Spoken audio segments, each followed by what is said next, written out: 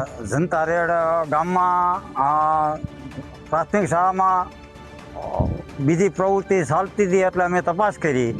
એમાં 4 છોકરા પિસ્તોલ ગાંજા જેવું લાગ્યું, એક મોટરસાઇકલ જપ્તે કર્યું, 5 હાથ દીથા અંધારે બેસે છે અને બીજી પ્રવૃત્તિ કરે છે. સ્કૂલમાં સારું ન લાગે તો એની માટે પોલીસવાળાને પગલાં લેવા વિનંતી. અમારા ગામની સ્કૂલની અંદર 4 અસામાજિક તત્વો દ્વારા ગાંજાનું સેવન કરતા હતા. અમે જ્યારે ગામને જાણ થઈ, અમે લગભગ 40 થી 50 જણા ત્યાં ગયા એની પાસે. અસામાજિક તત્વોએ અમારી ઉપર પાણા લઈને હુમલા કર્યા અને એ 4 ભાગી ગયા છે. એક બાઈક અહીં પીડ્યું રહ્યું છે એનું, સ્કૂલની માલિપા, સૂર્યપ્રતાપગઢ પ્રાથમિક શાળાની માલિપા. અને અમે પોલીસવાળાને જાણ કરી તો 2 કલાક સુધી પોલીસની કોઈ ગાડી વડિયાથી આવી નથી. 2 હોમગાર્ડના જવાન ખાલી આવ્યા હતા. તો એ કે તમે અમને આ ગાડી આપી દો અને આ બધું અમને આપી દો. અમે કીધું કોક સાહેબને બોલાવો. હજી કોઈ અધિકારી અહીં પહોંચ્યા નથી.